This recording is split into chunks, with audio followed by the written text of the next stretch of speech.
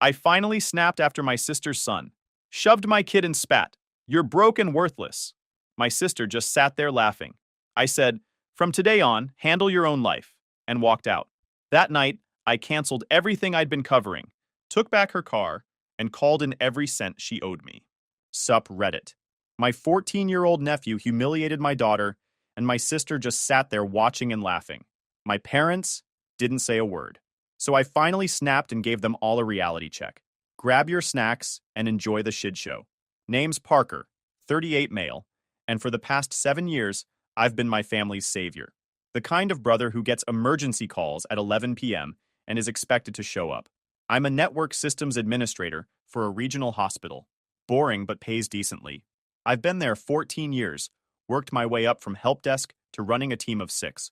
The job involves keeping servers alive, managing security protocols, and occasionally explaining to doctors why they can't use password 123 as their login credentials. It's not glamorous, but it pays the mortgage on our small 3-bedroom house in the suburbs. The house my wife Eva and I saved for over 8 years while eating rice and beans twice a week. Eva and I have a 10-year-old daughter named Trixie.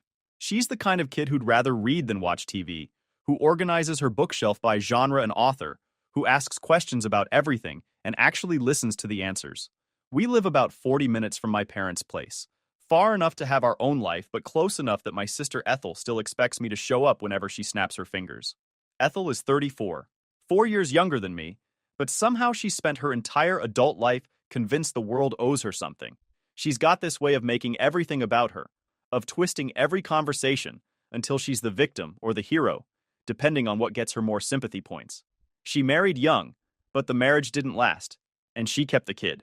Her son Brian is 14 now, and he's basically a smaller, meaner version of his mother, with worse impulse control. She drives a white BMW X3. Leased, of course, but she never mentions that part. Just posts photos of it with captions about treating herself because she deserves it. The lease payments come from an account I set up 4 years ago after she called me sobbing about how her credit was ruined, and she couldn't get approved for anything, and she just needed reliable transportation to get Brian to school and get to work. I co-signed. Then I started making the payments when she missed the first 3 in a row, and my credit started taking hits. Here's the thing about Ethel. She's not stupid. She's actually pretty sharp. She knows exactly what she's doing when she asks for help. She knows how to frame it so you feel like a jerk for saying no. She knows how to make promises she has no intention of keeping. And she knows how to make you feel like the bad guy when you finally catch on. My parents worship her. Always have. She was the baby. The girl after 3 boys, the one who got the princess bedroom and the sweet 16 party, and the tears at her wedding while I got a handshake at my college graduation and a card with $20 in it. When Ethel announced her pregnancy at 19, my parents threw her a baby shower that cost more than my entire wedding. When I got promoted to senior administrator last year, my mom asked if that meant I could help Ethel with her car insurance. That's just how it works in my family. Ethel takes. I give. Everyone pretends this is normal. 7 years ago, she called me after her divorce was finalized.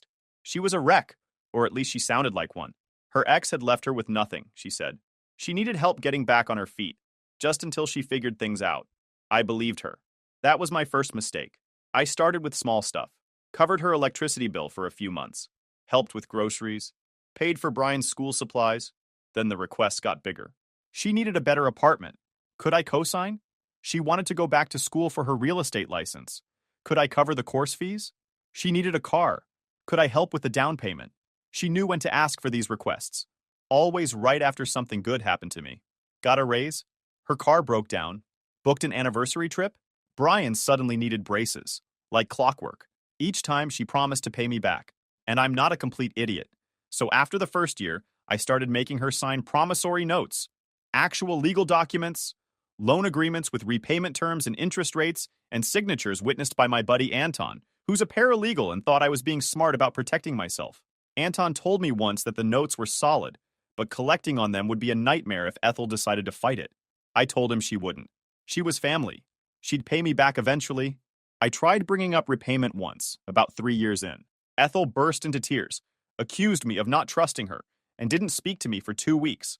My mom called to say I'd upset her. I apologized, kept paying, never brought it up again. Over 7 years, I gave Ethel $47,000 in direct financial assistance. Another $31,000 in documented loans with signed agreements. I made $23,000 in car payments on a vehicle registered in her name.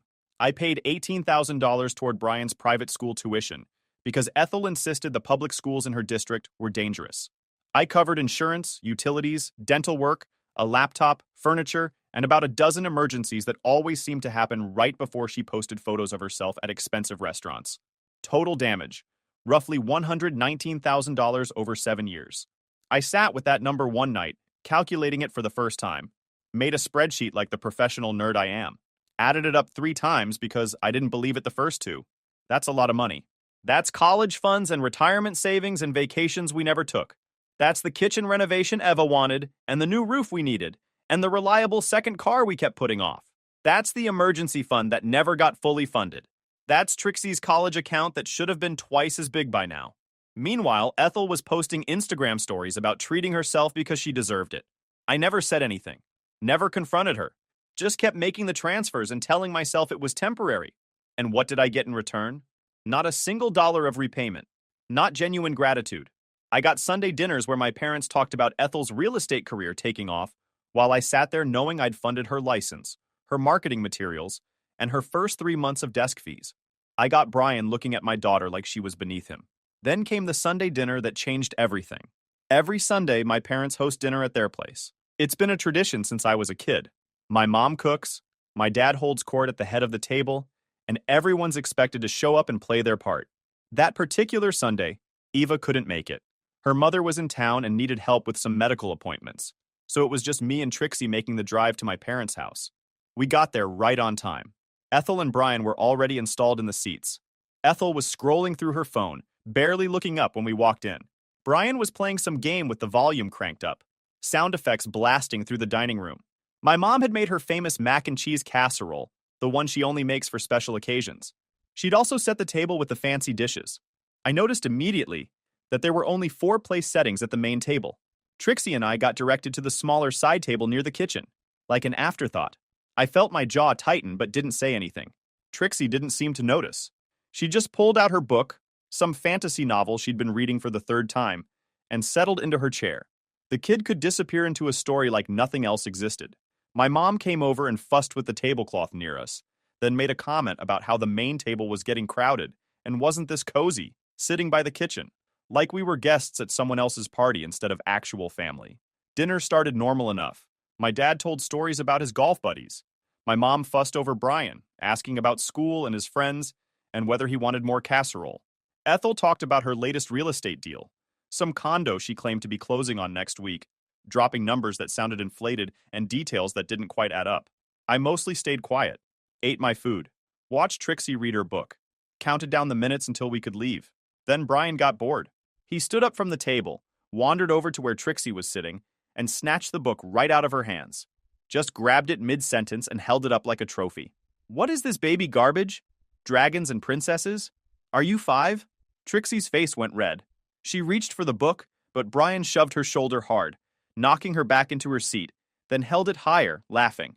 Then he dropped it on the floor and stepped on it. Actually stepped on it, grinding his sneaker into the cover. I was on my feet before I even registered moving. Pick that up, now! My voice came out harder than I meant it to.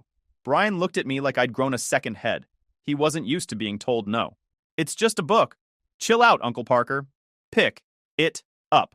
Ethel finally looked up from her phone, her expression shifting from bored to annoyed. Parker, relax. He's just messing around. He ruined her book and he's going to pick it up and apologize. Brian crossed his arms. Didn't move. Then he looked right at Trixie and said the thing that changed everything. Why do you even care? She's broke. Mom says your family doesn't matter. Short, dismissive. The room went dead silent. I looked at Ethel. She was smirking. Actually smirking, like her kid had just delivered some clever one-liner she'd coached him on. My parents suddenly found the tablecloth fascinating. Nobody said a word. Something in me just broke. Years of biting my tongue, getting walked all over, giving and giving while getting nothing back. It all hit me at once. Are you serious right now? My voice was loud. Louder than I meant it to be. Your kid just told my daughter she doesn't matter and you're sitting there smiling? Ethel rolled her eyes. God, Parker, calm down. Kids say stuff. He learned it somewhere. I pointed at Ethel. She laughed. Don't make this about me just because you can't handle a little honesty. Maybe if you weren't such a doormat, your kid wouldn't be so sensitive. My dad spoke up. Parker, that's enough. Sit down. This is a family meal, not a courtroom. I stood there for a long moment, my hands shaking. Trixie was staring at her lap, trying not to cry. Her book was still on the floor, footprint visible on the cover.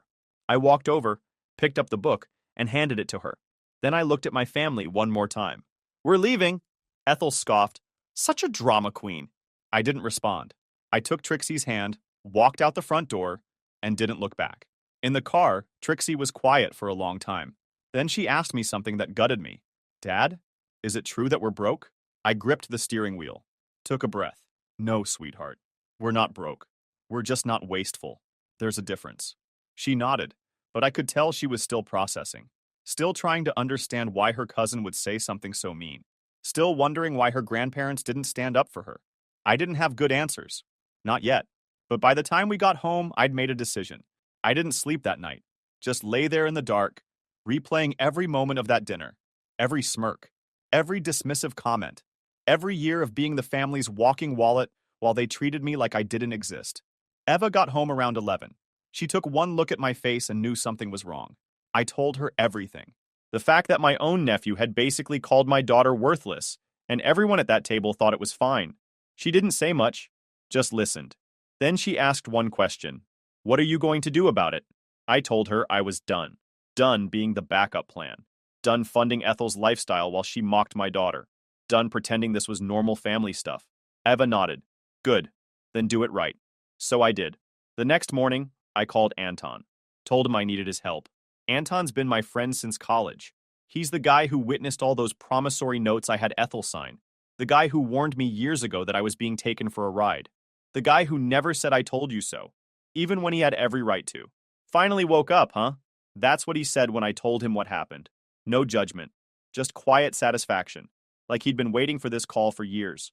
We met for coffee that afternoon at a diner near his office. I brought everything. Bank statements going back 7 years. Transfer receipts. The promissory notes with Ethel's signature and Anton's witness signature. Insurance documents. The car lease agreement with my name as co-signer. 7 years of financial records that told a story of getting used by someone who was supposed to be family. He spread the papers across the table, his expression getting darker with every page he reviewed. The waitress came by twice to refill our coffees, and both times he waved her off without looking up. Parker, this is a lot. You realize you've given this woman almost $120,000? I know. And she's never paid back a dime. Not on the documented loans. Not on anything. I know. And you have signed loan agreements for about $31,000 of this, with her signature, witnessed, and dated, with repayment terms she completely ignored. That's why I called you. Anton leaned back, tapping his pen against the table. Here's the deal. The loan agreements are enforceable. You could sue her in civil court, get a judgment, try to collect. But that takes time, costs money, and if she doesn't have anything worth taking, you might win on paper but never see a dollar. At least not right away. But the judgment would be on record. If she ever gets her act together, ever has anything worth protecting, you'd be first in line. What about the car? The BMW? Anton pulled out the lease agreement, studied it for a moment. You're the co-signer. Your name's on the paperwork. And if I'm reading this right, you've made every single payment for the past 4 years while she's made, let me count here, 0. 0. Right. So technically, you have real standing here. The leasing company cares about one thing, getting paid. You've been the one paying. If you contact them, explain what's going on, they might be willing to work with you on a co-signer-initiated surrender. It's not common, but it happens. Walk me through it. You call the leasing company. Explain you want to terminate your co-signing agreement. They'll look at the payment history, see that you've been the one keeping the account current, and they'll give you options. Either they require the primary lessee to find someone else to back her credit, which Ethel can't do because her credit is garbage, or they authorize you to surrender the vehicle yourself. I nodded. What about my parents? What about them? They've enabled this. They've watched her drain me for years and never said a word. Anton shrugged. Your parents aren't legally on the hook for your sister's debts, but if you want to cut them off, that's your call. Just don't expect them to get it. People like that, they've built their whole worldview around the idea that you're the provider and Ethel's the princess. They're going to blame you. I don't expect them to understand anything. Good, because they won't. But here's the thing, Parker. Anton leaned forward, looking me straight in the eye. You just need to protect yourself and your family. The rest of them can figure out their own problems for once. We spent the next 2 hours building a plan. By the time I left that coffee shop, I had a timeline, a strategy, and for the first time in 7 years, I could think clearly. Monday morning, I started making calls. First up, the leasing company. I explained that I was the co-signer on a vehicle lease, that I'd been making all payments for 4 years, and that I wanted to formally terminate my co-signing arrangement and arrange for the vehicle to be surrendered. The representative was confused at first. This wasn't a typical request. But after I explained the situation, after I sent them documentation showing every payment had come from my account, they transferred me to their special accounts department. The woman there was named Rachel. I could hear her typing as I talked, pulling up records. Mr. Hartwell, I'm looking at your account history. You've made 47 consecutive payments on this vehicle. The primary lessee has made 0. That's correct. And you want to terminate your co-signing agreement? Yes. Okay, here's what we can do. You can submit a formal request to withdraw as co-signer. If the primary lessee can't provide alternative credit support within 30 days, the vehicle will need to be returned to us. Or, if you can bring the vehicle in yourself, we can speed things up. What do you mean, bring it in myself? If you can get the vehicle to one of our authorized return locations, we can process the surrender right away and close out your co-signing obligation. You'd need the primary lessee's consent, or you'd need to show that you have legal standing to take possession. I've made every payment. Then I'd say you have a solid case. I can send you the paperwork for a co-signer-initiated surrender. It's unusual, but given your payment history, I don't see any issues on our end. We'll authorize you to retrieve the vehicle and bring it to our nearest return location. I'll include the address and instructions. I filled out the forms that afternoon, scanned them, sent them back, received confirmation and authorization within 2 hours. Rachel included written instructions on exactly what to do and where to bring the car. Next call, Brian's private school. I'd been paying $500 a month toward his tuition for the past 3 years. Ethel had told me it was a loan, that she'd pay me back when her real estate commissions started coming in. She never paid back a cent. The school's billing office was efficient. I explained I was terminating my third-party payment arrangement, effective immediately. They asked for written confirmation. I sent it. Done. Then the utilities. I'd been covering Ethel's electric bill for 2 years. The power company didn't ask questions. Just removed my payment method and closed out my access to the account. Insurance was next. I'd added Ethel's car to my policy years ago to get her a better rate. One call to my agent and she was removed. Her coverage would lapse within 30 days unless she arranged her own policy. By Tuesday afternoon, I'd cut every financial connection to my sister. Every automatic payment, every co-signed agreement, every monthly transfer. Then came the hard part. Wednesday morning, I drove to Ethel's apartment complex. The BMW was in her assigned parking spot. I had the spare key, the one she'd given me years ago in case of emergencies. I had the authorization paperwork from the leasing company, signed and stamped. I parked my car across the lot. Checked the time. 8:40 a.m. Ethel should be inside getting ready for work. Brian should be at school. The coast was clear. I walked over to the BMW, put the key in the door. I got in, started the engine. As I was pulling out of the spot, I saw movement in my peripheral vision. Ethel's neighbor, an older guy walking his dog, staring at me with a confused expression. I gave him a wave, drove past like this was completely normal. He'd probably tell Ethel he saw some guy drive off with her car. Good. Let her find out that way.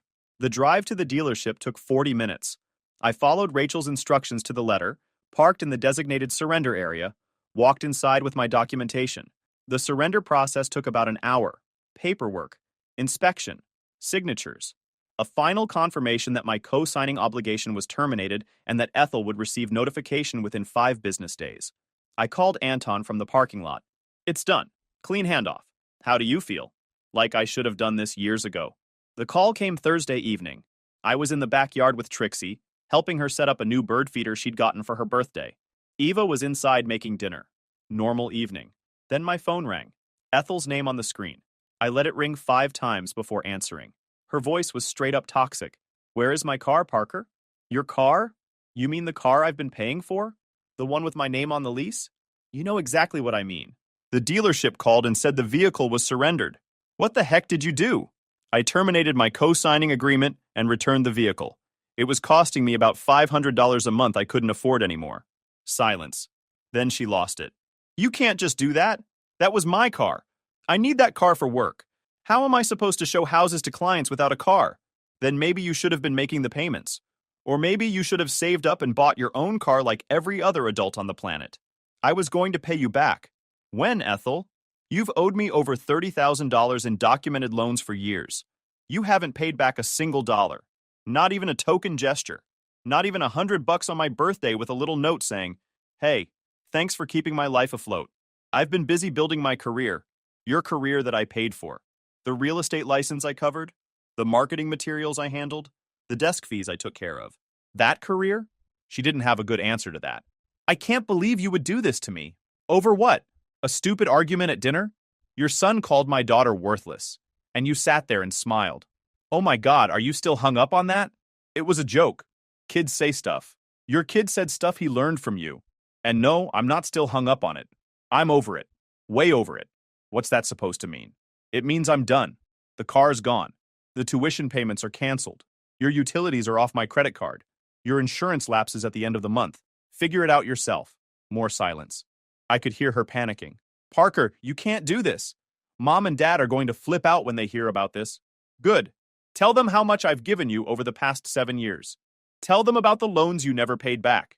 Tell them how you've been living off me while calling me a loser behind my back. I never. Brian doesn't come up with that stuff on his own. He learned it somewhere, and I'm done pretending I don't know where." I hung up. The phone rang again immediately. I declined it. Then my mom called. I let it go to voicemail. Eva came outside, drying her hands on a dish towel.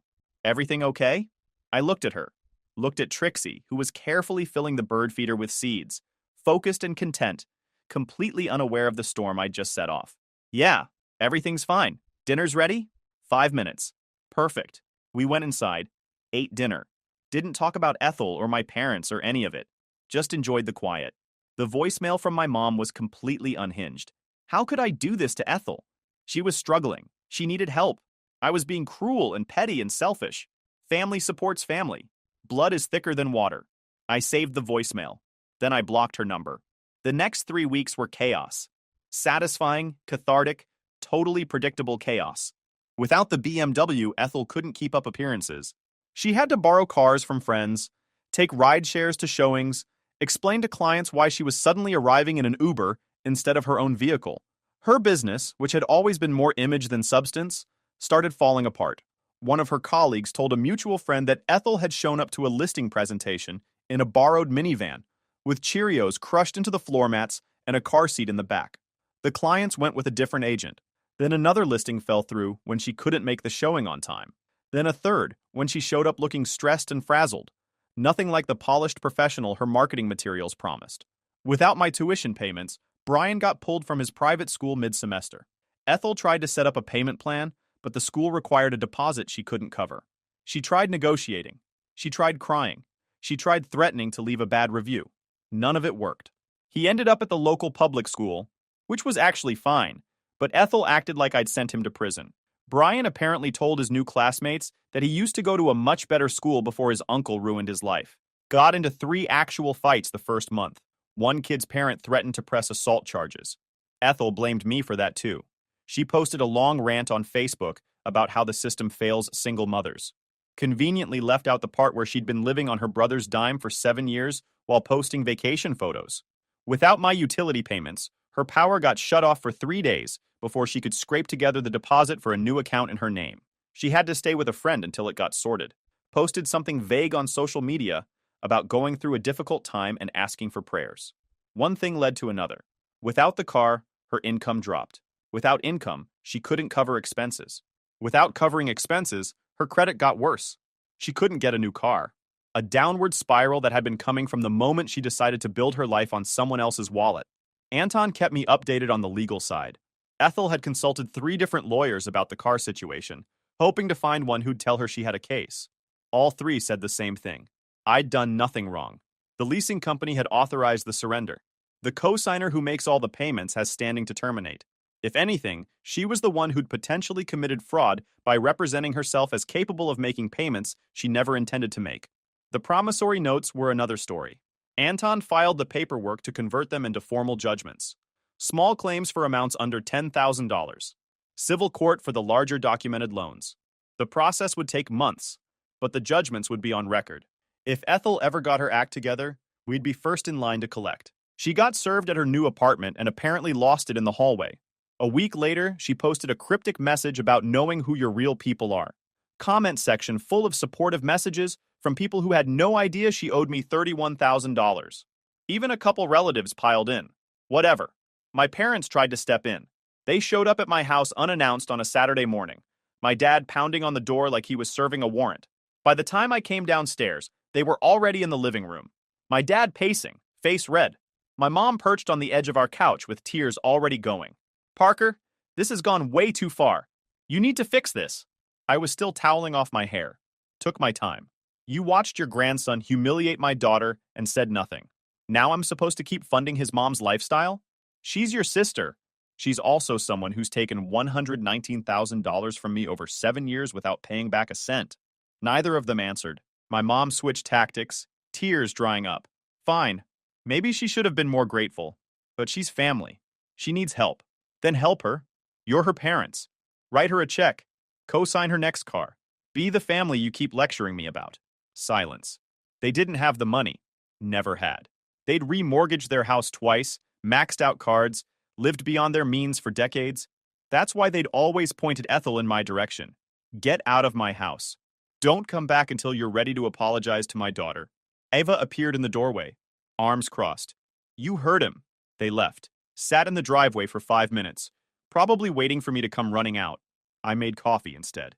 Anton called me that afternoon. Ethel had contacted a lawyer about the car situation. The lawyer told her she had no case. The surrender was completely legal. If anything, she owed me money, and now I had the judgments to prove it. She actually thought she could sue you? Apparently. Went to 3 different lawyers trying to find one who'd take her case. That's wild. The sheer audacity. That's Ethel. Never met a situation she couldn't make worse by refusing to take any responsibility. Anton laughed. You know what the best part is? One of those lawyers she talked to? He called me, asked if I wanted to take your case against her instead. Said it was a slam dunk. 6 weeks after I pulled the plug, Ethel's carefully put together life was in shambles. The real estate agency she worked for let her go. Her broker gave her 2 weeks' notice, then made it immediate when Ethel threw a fit in the office. She posted another vague social media rant about family betrayal and toxic relationships without naming names. Comments full of support from people who had no idea she'd been living off me for nearly a decade. Her apartment lease came up for renewal, and she couldn't afford it. The rent was $1,800 a month, which had always seemed manageable when someone else was covering her car, utilities, and kids' tuition. Without those subsidies, the math didn't work. She moved into a smaller place on the wrong side of town, the kind of building where the hallway always smells like mildew, and the super never returns calls. 2 bedrooms, no dishwasher, street parking only. Brian had to change schools again.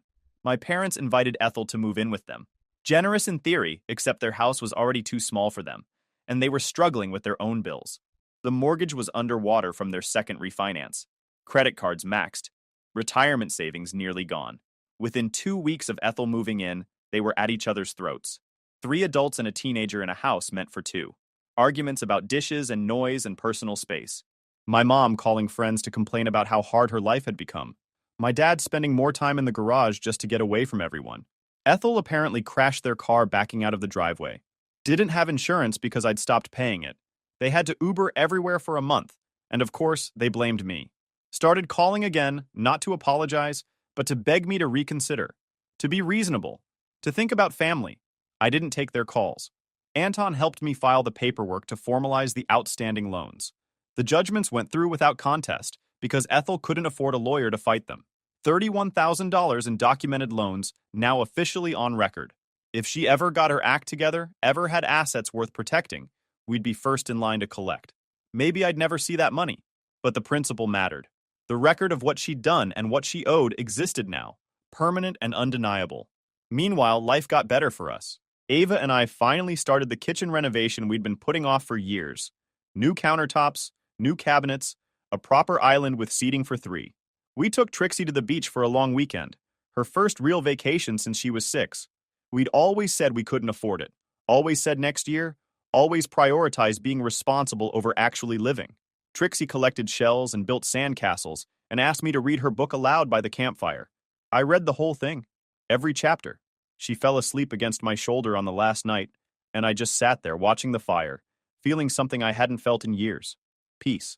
I started sleeping better, stopped grinding my teeth at night.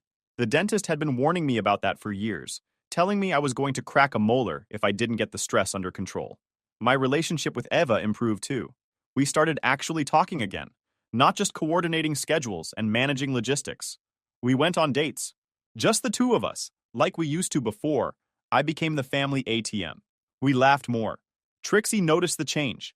She started asking if we could do more family things. She stopped asking about Grandma and Grandpa, stopped asking about Aunt Ethel. Kids pick up on stuff like that. Then, on a cold Tuesday evening in early February, Ethel showed up at my door. I was in the garage, organizing tools, a weekend project I'd been meaning to get to for months. I heard a car pull into the driveway. Old sedan, dented fender, rust around the wheel wells, engine making sounds no engine should make. She got out. She looked wrecked, hair pulled back in a messy bun, clothes wrinkled, probably slept in, dark circles under her eyes. The confident, polished woman who'd smirked at me across my parents' dinner table was gone. This was someone who'd finally run out of people to use. She walked toward the garage, arms wrapped around herself against the cold. I didn't invite her inside. Didn't even move from my workbench. Just watched her approach like I was watching a stranger. She started talking before she even reached me. Parker, please. I know I screwed up. I know I should have been more grateful. But I'm drowning here. Mom and Dad can't help me anymore. I lost my job last week. Brian is struggling at his new school. He's been getting into fights. Blah, blah, blah. I let her rant. Leaned against my workbench. Arms crossed. Face blank.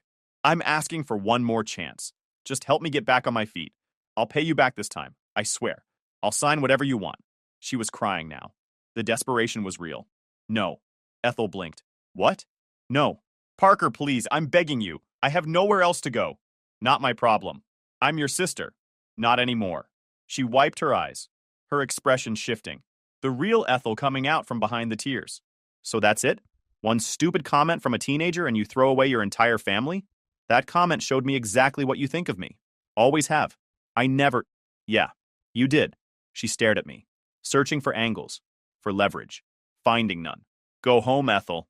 Parker, leave, now, or I will get you removed. She stood there for another moment, waiting for me to soften, to be the pushover she'd counted on for 7 years. I didn't. Eventually, she turned around, walked back to her car, and drove away.